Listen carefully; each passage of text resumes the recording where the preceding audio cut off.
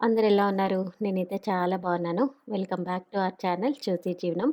So, అందరూ బాగున్నారా? Summer కదండీ! సో, కొంచెం కేర్‌ఫుల్‌గా ఉండండి. అండ్ అట్లాగే డీహైడ్రేట్ అవ్వకుండా వాటర్ ఎక్కువ తీసుకుంటూ ఉండండి. సో, మార్నింగే నేనున్నాననుకోని వచ్చేసాడు మన సూర్యుడు. సో, పైన ఈరోజు ఎందుకో టెర్రస్ మీదకి వెళ్ళాలనిపించి కాసేపు టైమ్ స్పెండ్ చేసి వచ్చాననమాట అక్కడ. అండ్ కిందకి దిగిన తర్వాత ములక్కాయలు 2 బాగా హైట్‌లో రెండైతే కాసింది. సో, అవి 2 కూడా హార్వెస్ట్ చేసేసాను. అయితే చాలా కష్టపడ్డాను. బట్ ఎట్టకేలకైతే కోసాననమాట. సో, ములక్కాయతో సాంబార్ పెట్టేద్దాము అని చెప్పి అనుకుంటున్నాను. సో, వచ్చిన వెజిటబుల్స్ అస్సలు వేస్ట్ చేయనండి. ఆర్గానిక్‌వి అందులోనూ అస్సలు వేస్ట్ చేయబుద్ధి కాదు. అండ్ చెట్లో కాకరకాయలుంటే అవి కూడా కట్ చేసినవి ఉన్నాయన్నమాట. సో, అవి ఇవి కలిపి ములక్కాయ సాంబార్ అట్లాంటి కాకరకాయ ఫ్రై కాంబినేషన్ బావుంటుంది కదా! సో, నాకు చాలా ఇష్టము ఈ కాంబినేషను. మీలో ఎంతమందికి ఈ కాంబినేషన్ ఇష్టమో కామెంట్ చేసేయండి. సో, యూజువల్‌గా నేను స్టవ్ నైటే తోమి పెడతానని చెప్పి మీకు అందరికీ తెలిసిన విషయమే.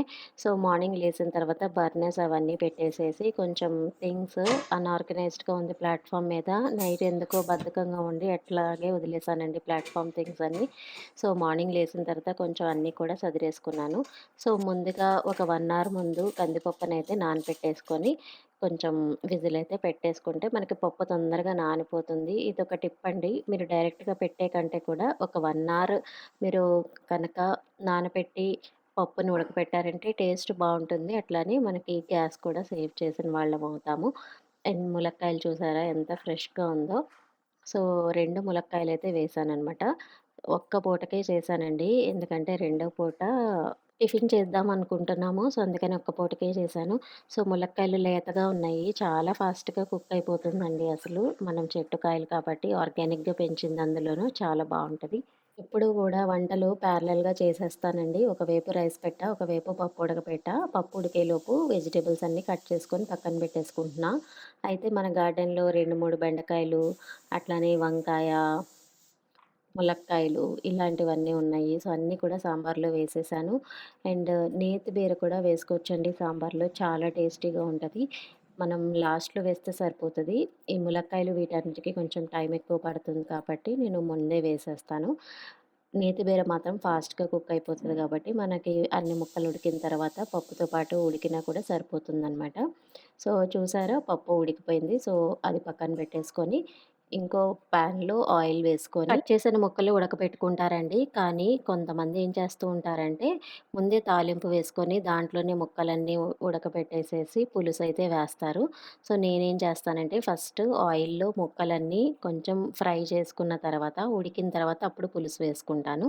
సో, ముక్కలు ఉడకడానికి కొంచెం ఉప్పు వేసేసి మూత పెట్టి మగ్గిచ్చేస్తున్నాను. ఈలోగా కాకరకాయ ఫ్రై చేయటానికి ఒక ఆనియన్ అయితే కట్ చేస్తున్నాను. యాక్చువల్‌గా కాకరకాయలో మనం 250 గ్రామ్స్ కాకరకాయలు తీసుకున్నామనుకోండి. సో, 200 గ్రామ్స్ ఉల్లిపాయలు వేసుకుంటే అస్సలు మనకి చేదనేది తెలీదండి. మీకు ఇంకా చేదుగా ఉంది అనిపిస్తే కొంచెం బెల్లం ఏసుకుంటే ఇంకా టేస్టీగా ఉంటది. అండ్ ఇది ఐరన్ కడాయిలో చేయటం వల్ల చాలా టేస్టీగా ఉంటది.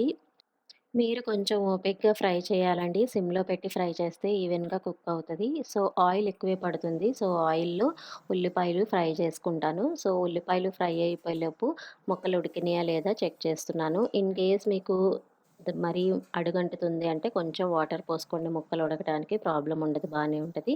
సో, కొంచెం వాటర్ వేసేసి ముక్కలైతే ఉడకబెడుతున్నాను. ఈలోగా కాకరకాయలు కూడా కట్ చేసేస్తున్నానండి. సో, ఈ కాకరకాయలు కూడా మన చెట్లో నుంచి వచ్చిన కాకరకాయలే ఎంత లేతగా ఉన్నాయో చూడండి. అండ్ చాలా ఫాస్ట్‌గా కూడా కుక్ అయిపోయిందనమాట. సిమ్‌లో పెట్టి ఫ్రై చేస్తే టేస్ట్ బావుంటది. అండ్ ఐరన్ కడాయిలో ట్రై చేయండి ఇంకా బావుంటది. అండ్ సన్నగా కట్ చేసుకుంటాననమాట ముక్కలన్నీ కూడా. సో, ఇంకా ఆనియన్స్ కొంచెం బ్రౌన్ అయిన తర్వాత ముక్కలు కూడా యాడ్ చేసుకొని మూత పెట్టేసుకొని అలా సిమ్‌లో మగ్గబెట్టండి. ఫ్రై ఐటెమ్స్ ఎప్పుడు కూడా ఎంత మనం సిమ్‌లో ఓపికగా మనం ఫ్రై చేస్తామో అంత టేస్టీగా అయితే ఉంటుందండి. యాక్చువల్‌గా ఇది పెద్ద బర్నర్ మీదే ఉంది. ఇప్పుడు నేను చిన్నదానికి షిఫ్ట్ చేస్తున్నాను. ఎందుకంటే మాడే అవకాశం ఉంటుంది. చిన్న బర్నర్‌కి షిఫ్ట్ చేశాక మనం ముక్కలు ఉడకపెట్టుకున్నాం కదా! దాంట్లో 2 స్పూన్ల కారం వేసుకొని ఒక్కసారి కలియబెట్టి మూతైతే పెట్టుకొని ఒక 2 మినిట్స్ మగ్గించుకుంటే కారంలో ఉన్న పచ్చివాసన పోతుంది. నెక్స్ట్ ఇంకా చింతపండు రసం అయితే అప్పటికప్పుడు ఫ్రెష్‌గా తీసి ఇంకా పులుసులో అయితే వేస్తాను. సో, ఇలాంటి జాలి ఒకటి చేసుకుంటే ఈజీ అవుతుందండి మన పని. చింతపండు రసం తీసేటప్పుడు. అండ్ ఇది రీసెంట్‌గా 99 మార్కెట్‌లో అయితే తీసుకున్నాను. అండ్ యూసేజ్ చాలా బావుంది. అండ్ మనం మ్యాగీస్ అట్లాంటివి చేసినప్పుడు కూడా స్ట్రెయినర్‌లా కూడా యూజ్ చేసుకోవచ్చు. మల్టీపర్పస్ లాగా యూజ్ చేయొచ్చు. అండ్ ఇప్పుడు నేతి బీర, కొంచెం కొత్తిమీర, కరివేపాకు కూడా వేసేసి బాగా పులుసుని ఒక 5, 10 మినిట్స్ అయితే మగ్గించుకోవాలి మీడియం ఫ్లేమ్‌లో. సో ఈలోగా విజిలయితే పోతుంది. సో, విజిల్ పోయిన తర్వాత పప్పుని ఉడకపెట్టుకున్నాం కదా! యాక్చువల్‌గా కొంచెం గట్టిగా అయింది. నేను నార్మల్ వాటరేసి కొంచెం లిక్విడ్ కన్సిస్టెన్సీ వచ్చేలాగా చేశాననమాట. సో, ఈ మిక్స్చర్‌ని ఇప్పుడైతే నేను పులుసులో వేసేస్తాను. సో, పులుసులో వేసిన తర్వాత మీడియం ఫ్లేమ్‌లో ఒక 10 మినిట్స్ మరిగిస్తే ఇంక మన పప్పుచారు రెడీ అయిపోతుంది. ఉప్పు చెక్ చేసుకోండి. ఇన్ కేస్ ఉప్పు పడితే గనక మీరు ఈ ఫేజ్‌లో ఏస్తే బావుంటదనమాట. సో, చూసారా? ఇట్లాగా మెత్తగా అయిపోతే మనకి రుచి కూడా బావుంటుంది. కొంతమంది మిక్సీలో వేస్తారండి. మిక్సీలో వేయకపోవడమే బెటర్. ఫస్ట్ నాకెందుకో తేడా వస్తుందనిపిస్తుంది. అందుకనే నేను మిక్సీలో వేయను. సో, పులుసు వేసిన తర్వాత ఒక 10 మినిట్స్ మరిగించండి మీడియం ఫ్లేమ్‌లో సరిపోతది. నెక్స్ట్ ఇంకా తాలింపు వేసుకోవడమే. మధ్య మధ్యలో కాకరకాయ మూత తీసి కలుపుతూ ఉండండి. సో, ఉప్పు కొంచెం నాకు సరిపోలేదనిపించింది. మళ్ళా వేశానండి.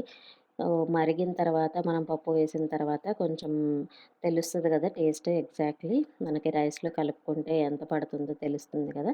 సో, కాకరకాయలు కూడా ఆల్మోస్ట్ ఇంకా మగ్గిపోతుందనమాట.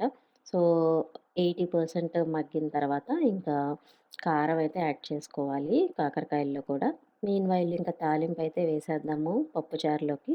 సో, నేతి బీర కొంచెం కలర్ చేంజ్ అయిన తర్వాత ఇంకా దించేసేసి ఇంకా తాలింపయితే వేసేస్తున్నా. తాలింపు కోసం ఆయిల్‌లో దంచిన వెల్లుల్లి, ఆవాలు, జీలకర్ర అట్లని ఎండుమిర్చి, కరివేపాకు వేసుకుంటే మన తాలింపయితే రెడీ అయిపోతుంది. తాలింపేనండి హైలైట్. ఇది గనక బాగా వేసుకుంటే మనకి రుచి బావుంటుంది. అండ్ కొంతమంది ఇంగువ గూడా వేసుకుంటారు. నేనైతే వేయలేదు. అండ్ తాలింపు వేసేలోపు కాకరకాయలు 80% మగ్గిపోయింది. ఇంకా దాంట్లో 2 స్పూన్ల కారం వేసేసి మూత పెట్టి ఇంకొంచెం సేపయితే ఫ్రై చేశాను. సో, చూసారా ఎంత రెడ్ కలర్‌లో వచ్చింది. ఇన్ కేస్ మీకు బెల్లం కావాలి అంటే వేసుకోండి. లేకపోతే అవసరం లేదు. నేను కొంచెం వేశాను బెల్లం వేసి ఒక 2 మినిట్స్ మగ్గిస్తే సరిపోతుంది. ఇంకా రెడీ. అండ్ పప్పుచారు కూడా రెడీ అయిపోయింది. అండ్ చాలా అంటే చాలా టేస్టీగా వచ్చిందండి. ఇట్లా కనుక ట్రై చేసుకుంటే చాలా బావుంటుంది. ఇదండి ఇవాల్టి వీడియో. హోప్ మీ అందరికీ నచ్చిందనుకుంటున్నా. నచ్చితే లైక్, షేర్ అండ్ సబ్స్క్రైబ్ అట్లాగే కామెంట్ కూడా చేసేయండి. మరిన్ని ఇంట్రెస్టింగ్ వీడియోస్ కోసం జ్యోతి జీవనాన్ని ఫాలో అయిపోండి. Thanks for watching my channel. By. Have a nice day. ఇప్పటివరకు మన ఛానల్‌ని సబ్స్క్రైబ్ చేసుకున్న ప్రతి ఒక్కరికి చాలా చాలా థాంక్స్ అండి. నన్ను ఇట్లనే సపోర్ట్ చేయాలని కోరుకుంటున్నా.